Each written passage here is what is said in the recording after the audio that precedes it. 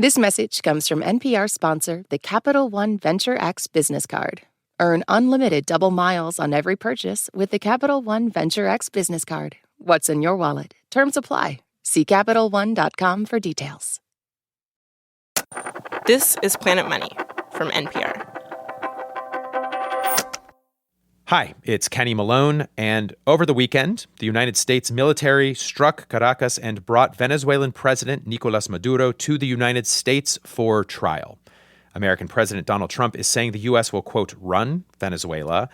And when he announced that on Saturday, he linked his reasons for the strike to economics, to increasing oil production, to conditions in Venezuela, to the impact of socialist policies in that country. Now, we at Planet Money have been covering Venezuela going back 10 years now, talking to people on the ground, hearing what it's like. And so today's episode is about the recent economic history of Venezuela. The first part you're going to hear was reported in 2016 at a particularly low point for the country. The second part was reported in 2024 after a period of economic stability in Venezuela, after an unexpected cause of economic improvement, the U.S. dollar. So we begin with Robert Smith and Noel King in 2016. Hello and welcome to Planet Money. I'm Robert Smith. And I'm Noel King.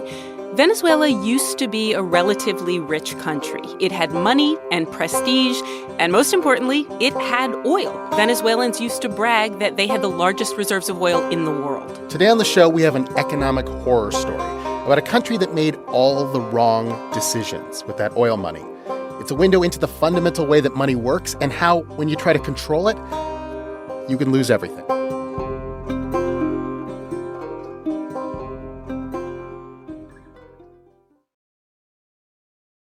A decade ago, Venezuela was riding so high. Its leader felt that he could take on the United States of America. This was Hugo Chavez, former revolutionary. But he had been elected president of Venezuela. And Robert, do you remember this? In 2006, he came here to New York to talk at the United Nations.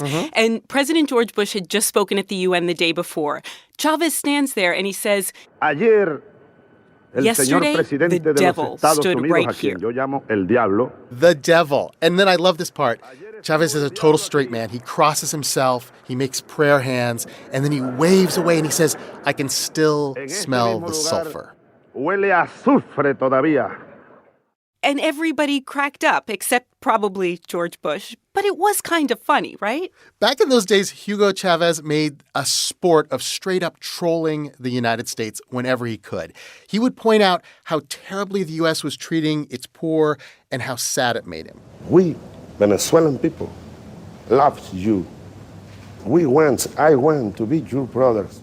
And then he makes the people of the United States an offer. He says, Venezuela has so much money and so much oil that we're going to give discounted heating oil to poor people in the U.S. The Venezuelan state owns an oil company. You may have heard of it, Citgo. And they put out a bunch of ads in Boston and New York featuring Joe Kennedy. Mommy, I'm cold. These ads were all over TV, basically saying to the United States, look at us. We are Venezuela. We are the champions of the world.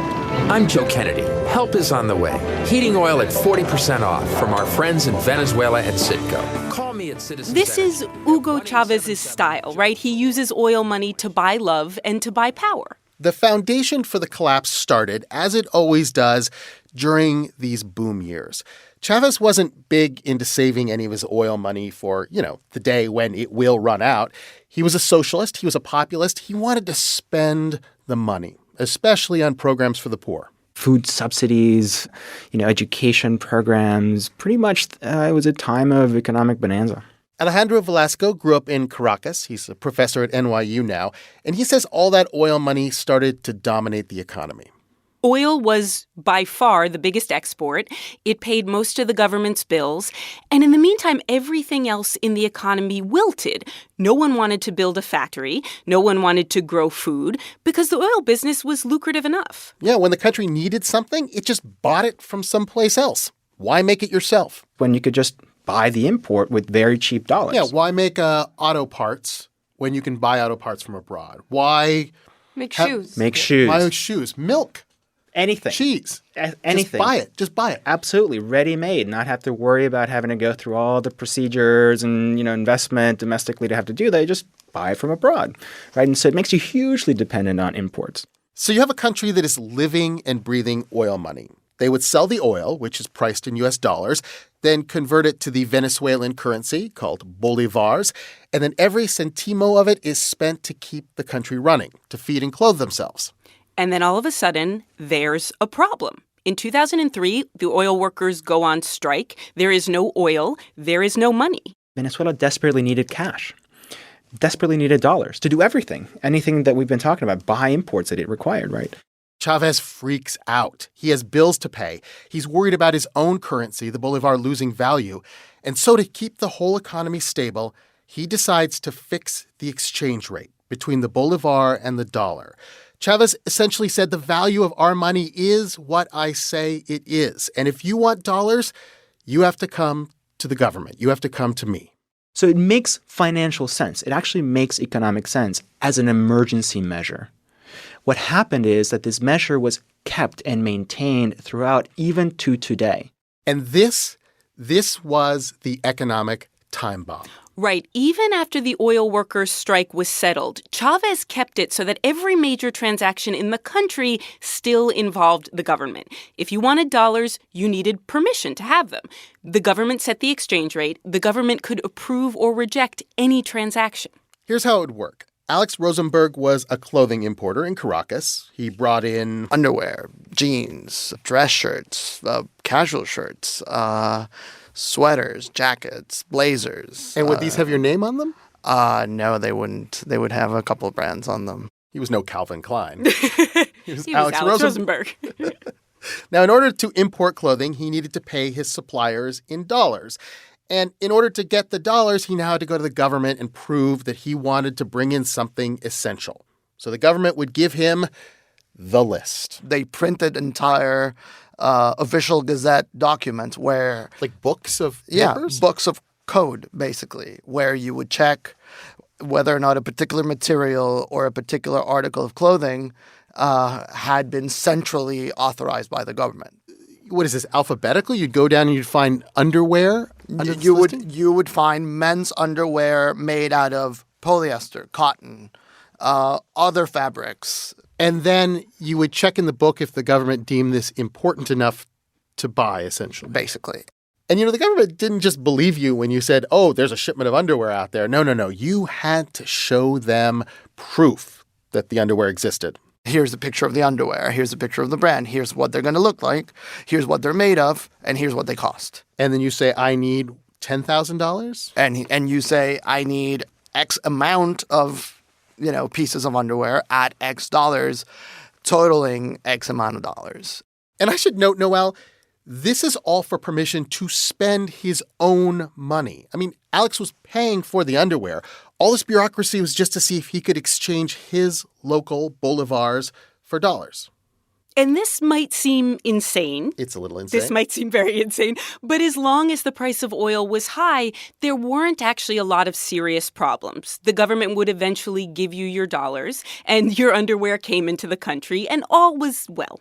Then two things happen. Number one, Hugo Chavez dies. Mothers weeping, children weeping, adult men weeping. And the unluckiest man in the world takes his place. His name is Nicolás Maduro. He had been the foreign minister for Chavez for 8 years. And after all the drama and the excitement and the love of Chavez, Maduro was like... It's like comparing a log of wood to the circus that rolls into town. And then poor President Log of Wood gets hit with an axe. In 2014, the oil price, which they depended on, drops. Like the price drops in half over 6 months. And this causes panic within the Venezuelan government. Everything they have, everything they do depends on oil money. And now they have half as much oil money. So the new president, Maduro, goes to OPEC and he begs them, we have to do something. We have to do something to keep oil prices up. Please help us. Countries like Norway and Saudi Arabia had been saving their oil money. Not Venezuela, though. Not only are we not ready for this, but there's nothing that we can do to stem the decline of oil. This is the end of any kind of boom years, but there's nothing that we can do now that isn't going to hurt a tremendous amount. So what do? They did nothing. And every trap set by Hugo Chavez gets sprung at the same time. The first thing that happens is that the Venezuelan government all of a sudden has fewer U.S. dollars. That spigot is turned off. So the government starts being stingy with them. There's this huge shortage of dollars. And of course, when there's a shortage of something, the price goes up. People were now willing to pay hundreds of bolivars for a single U.S. dollar. There are black markets everywhere dealing in U.S. dollars. Yeah, but the government insists on selling dollars at the old rate, which was around 6 bolivars for a dollar. They don't want the price for basic things like food to go up. They're desperate to keep things stable. But we know what happens when there are different prices in different markets. The Venezuelan people aren't stupid. They looked at this and they said, oh, well, listen, I can buy a dollar for cheap from the Venezuelan government and then sell it on the black market and make a fortune. Of course they started to do that.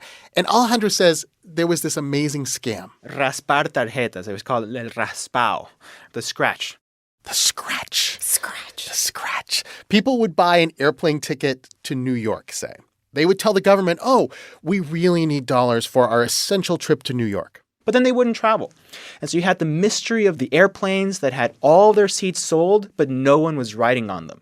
But there was so much profit to be made, you could just buy a plane ticket and not get on? Absolutely, because you could make so much more from the black market rate of dollars. Now, normally when this sort of thing starts happening, the country will eventually give up. They will admit that their currency is screwed up, it's worthless, people are scamming them, and eventually they'll let the exchange rates go back to normal. And I'm not saying it's easy. It is super painful to do. If Venezuela had accepted the true exchange rate, everything would have gotten more expensive. The poor people that Chavez had cared so much about would not be able to afford milk and bread. The country would have to rebuild its industry, rebuild its agriculture, but then things would have gotten better. But Venezuela decides to do exactly the opposite, and it doubles down on its mistakes.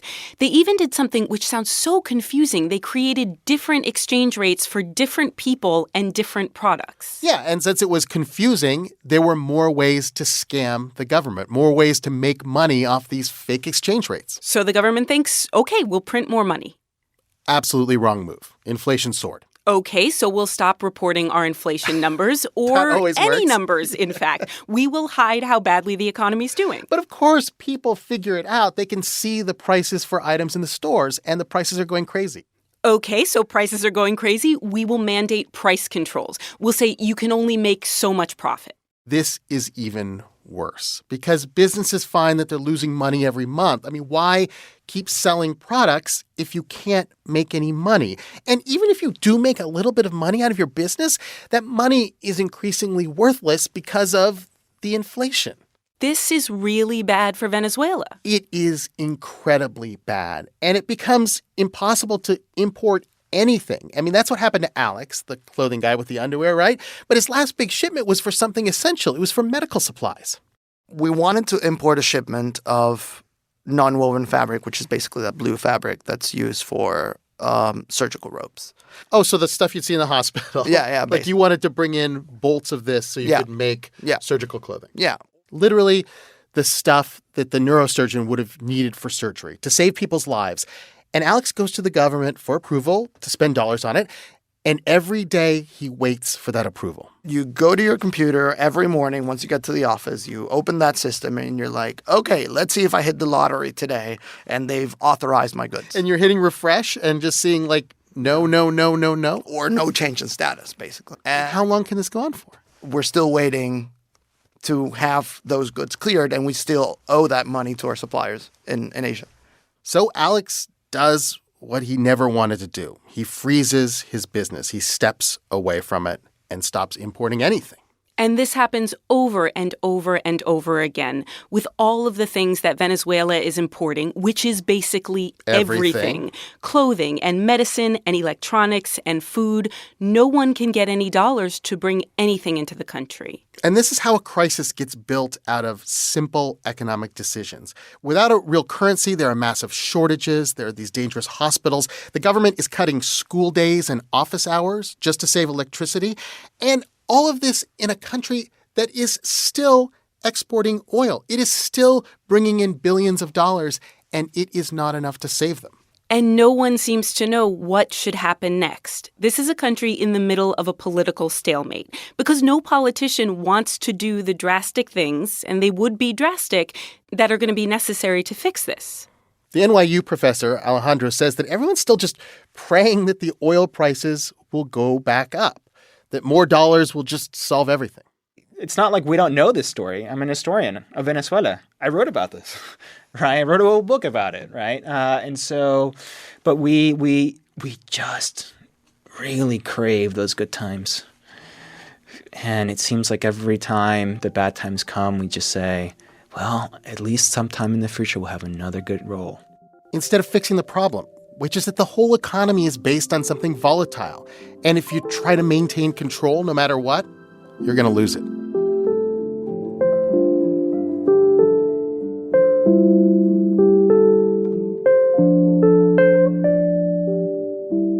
That was where we left things back in 2016. And after the break, our update from 2024 about an economic recovery and the power of the American dollar.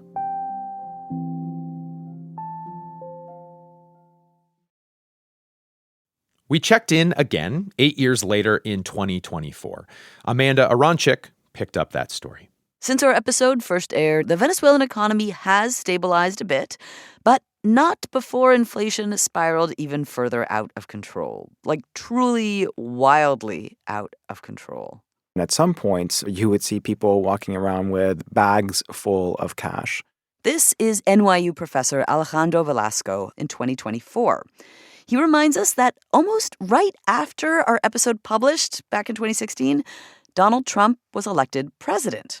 Trump piled on sanctions and more sanctions, further cutting off Venezuela from the global economy and making it even harder to sell oil on global markets. When sanctions hit, that became the catalyst for most significant hyperinflation, where we saw going from levels of several 100% to several thousand and eventually dozens of thousands of percent.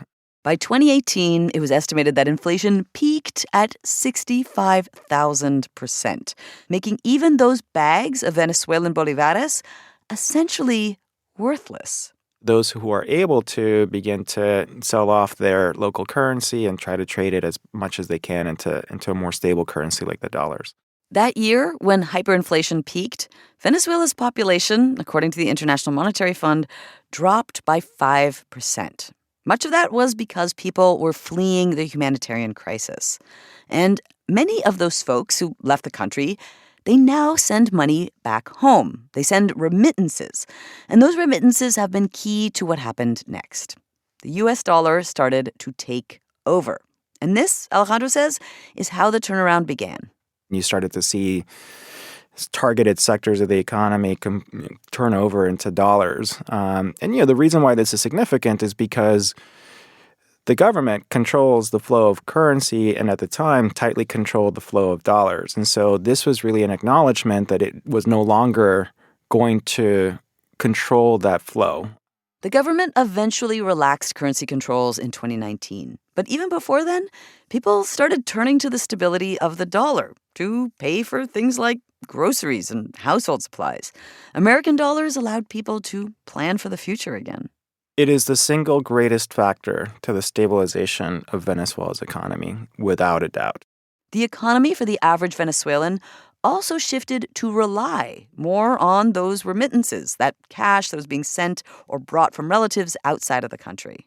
If you travel and go back to Venezuela to see relatives, which is something that we've been seeing in increasing amounts over certainly the last year and a half to 2 years, people come with cash. They pack it in, hide it in various places, sometimes had to use a little bit of it to pay off authorities.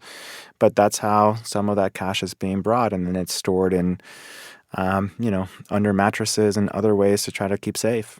After Trump left office, some of the sanctions were walked back by the Biden administration, and oil production stopped cratering. It even picked up like a tiny bit.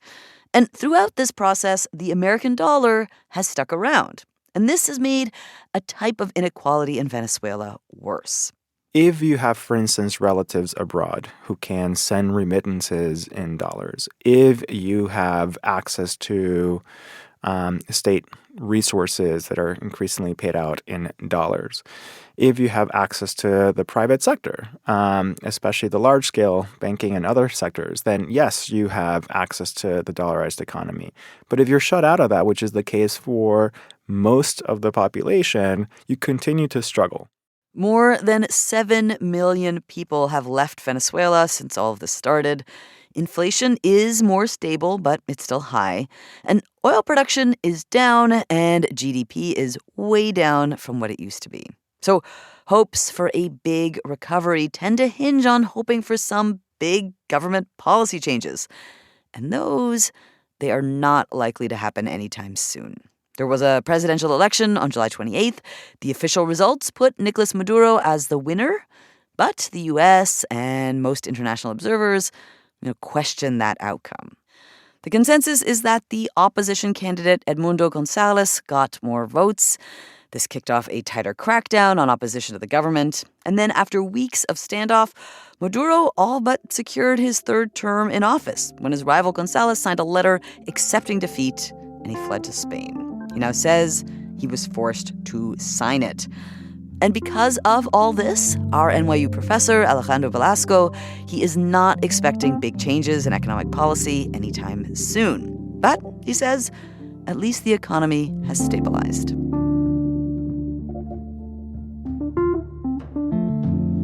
That was Amanda Aronczyk in 2024. Before that, Robert Smith and Noel King in 2016. We'll have more coverage of what's to come in Venezuela.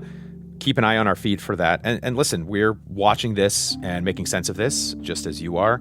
And so we'd love to know what questions you have about this. Or if you have family or friends in Venezuela, maybe you live in Venezuela, please tell us what it's like there. You can send us emails at planetmoney@npr.org. That's planetmoney@npr.org. This episode was produced by James Sneed. The original was produced by Nick Fountain and Sally Helm. And the 2024 update was produced by Sean Saldana and fact-checked by Sierra Juarez. Alex Goldmark is our executive producer. I'm Kenny Malone. This is NPR. Thanks for listening.